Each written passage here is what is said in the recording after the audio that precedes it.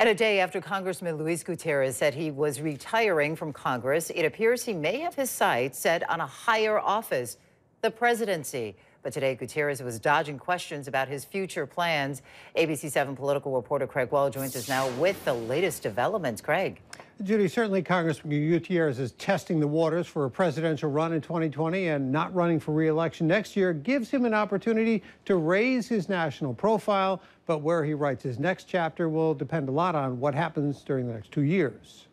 I'm staying in the fight. I'm just going to take that flight to a different arena. If he's planning to make the next arena the presidential campaign trail, retiring Congressman Luis Gutierrez isn't ready to say. But in announcing that he was not running for re-election, he did not rule out a run for another office. Thank you, Chuy. Chuy Garcia, who Gutierrez anointed as his successor, thought the next step seemed pretty clear, based in part on Gutierrez announcing plans to travel the country with his wife next year, something that would help raise his national name recognition. I thought he said it to all of us. It sure sounds like he's got big plans, and I wouldn't rule that out. But he didn't say it specifically to you that he was looking at maybe running for president? No, I've come to my own conclusion that he probably will. He's gone from taxi driver to Congress.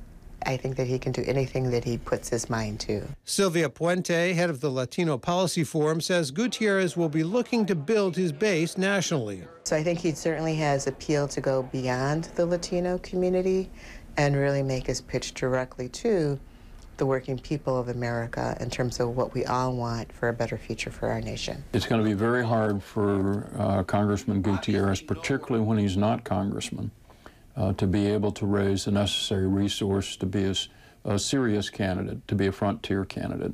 Political science professor Dick Simpson and others believe Gutierrez might have a better shot at being on the ticket as a vice president. Sure, if the consolation prize is vice president, that's not a bad consolation prize. But politics is often full of surprises. Of course, we didn't think Trump could be elected president, so you can't be sure.